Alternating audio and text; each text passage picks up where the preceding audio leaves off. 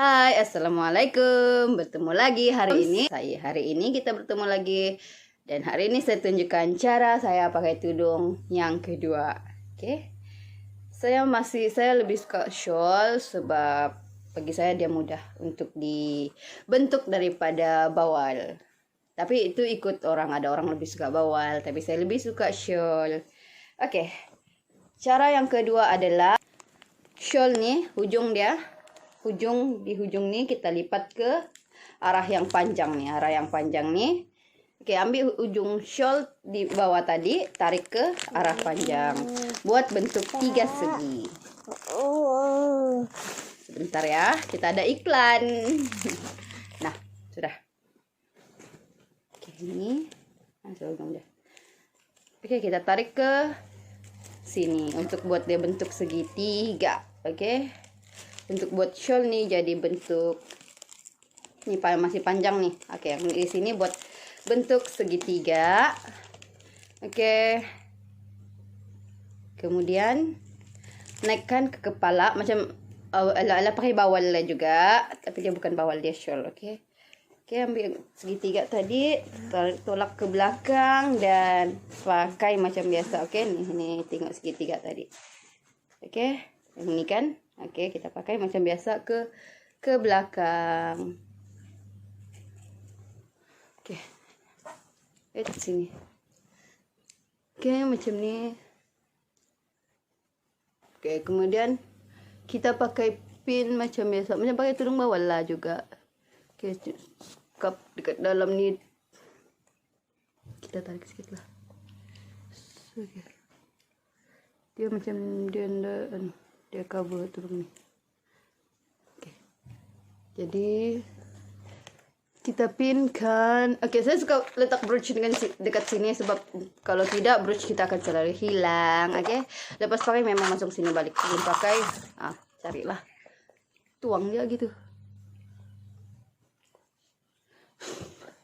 Oke, dia macam bawal kan, dia jadi macam bawal. Lepas tu kita pinkan dekat sini, tudung dekat dalam nih. Oke, kita pakai pin yang biasa saya pakai, suka pakai yang nih. Oke, simple, kecil. Oke, yang penting selesai. Lepas tu kalau pakai bawal memang saya suka lipat. Nah, pakai shawl ala-ala bawal ni pun kita boleh lipat kalau mau lipat. Kalau tidak mau, dia sebenarnya terpulang kepada individu. Tapi saya lebih selesa kalau ada lipatan dia tuh. Oke, lepas tu yang kecil ni tadi kita bawa ke sini macam biasa juga lah, macam kemarin. Ala-ala yang sebelum ni, cuma ini kan dia bawal kecil, jadi sebenarnya supaya dia tutup dadah kita. Oke, supaya menutup dadah ya, jadi kita pin sikit je. Oke, sebab dia memang kecil, jadi kita pin dia pun kecil je. Oke, sekadar dia dapat menyangkut. Ini untuk cover, sebab kalau shawl kita tahu dia akan ada terang kan, kita tidak lapis di dalam. Sebab kita punya tudung yang pendek, jam skap tuh kurang-kurangnya dia tutup sedikit di dada. Kemudian ini kita tarik ke belakang.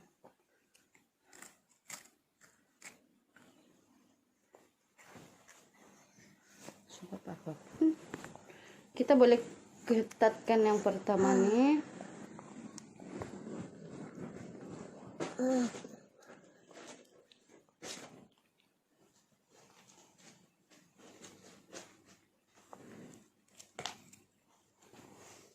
Sebab nanti kita buat satu lagi pusing. Oke, kalau macam ini pun boleh juga sebenarnya, ada jadi macam ini.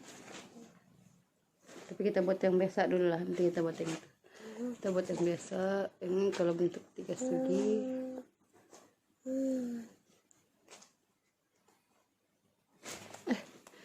Oke, ini nanti adjust balik boleh.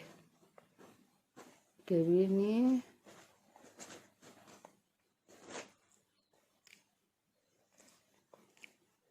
Oke, dia macam ada lipatan di sini.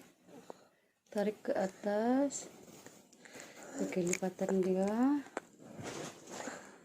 Oke, sudah gitu nampak. Kemudian bawa ke sini, tapi sebelumnya yang ini kita pin dulu sebab kita takut nanti dia mengganggu. Oh, kita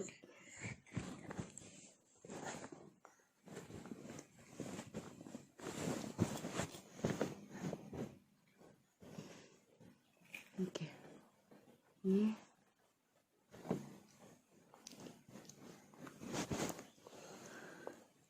oke, kemudian ini di sini macam biasa kita pinkan. Oke, dekat sini pun pin, so kalau tidak dia akan jatuh ke belakang. So, kalau tidak dia akan jatuh di belakang, so kita akan pin dekat sini.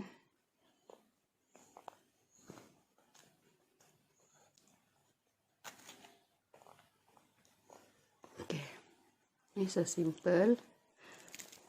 Lepas itu kalau macam rasa ini terlampau panjang, masih terlampau panjang, begini aja nih. Sebenarnya dia macam ini aja. Yang penting dekat belakang dia mesti ada jatuh supaya dia sesuai dengan kita punya tuntutan agama dia macam ni. Ting, dekat belakang dia. Oh, tapi kalau mau lagi pendek, sebab terlampau panjang di belakang, kita boleh tarik lagi.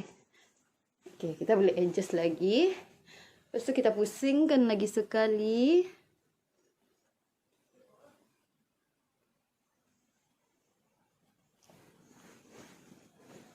Cuma ini.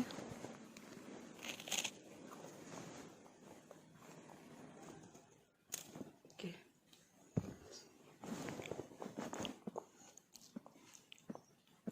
Ini kita bawa ke sini. Kemudian kita pinkan lagi sekali. Kalau rasa terlalu panjang lah. Kalau rasa terlalu panjang, kita boleh bawa dia dan kita boleh pinkan lagi sekali.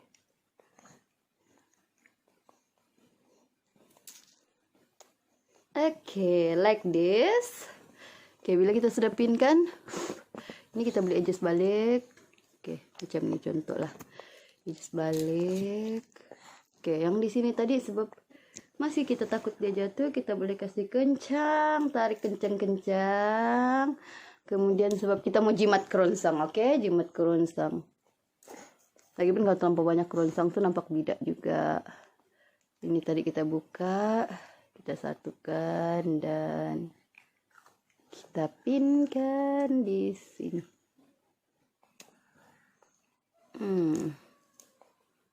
Oke, so simple. See? Oke, kalau macam oke, jadi sini bagian belakang dia pun.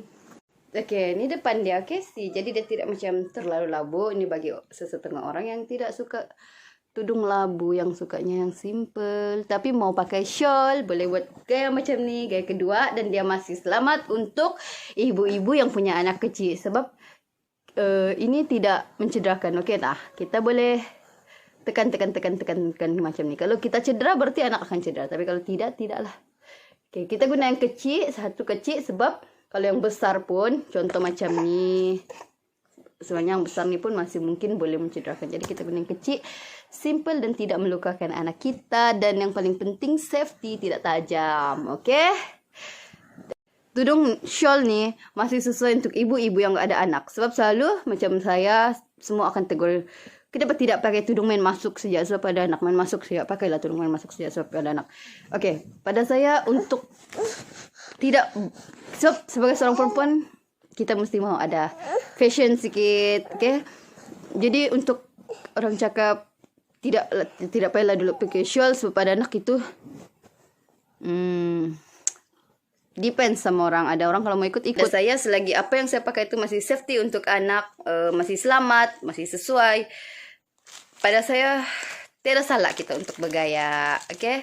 Tidak masalah kita untuk stay atau kekal dengan shawl.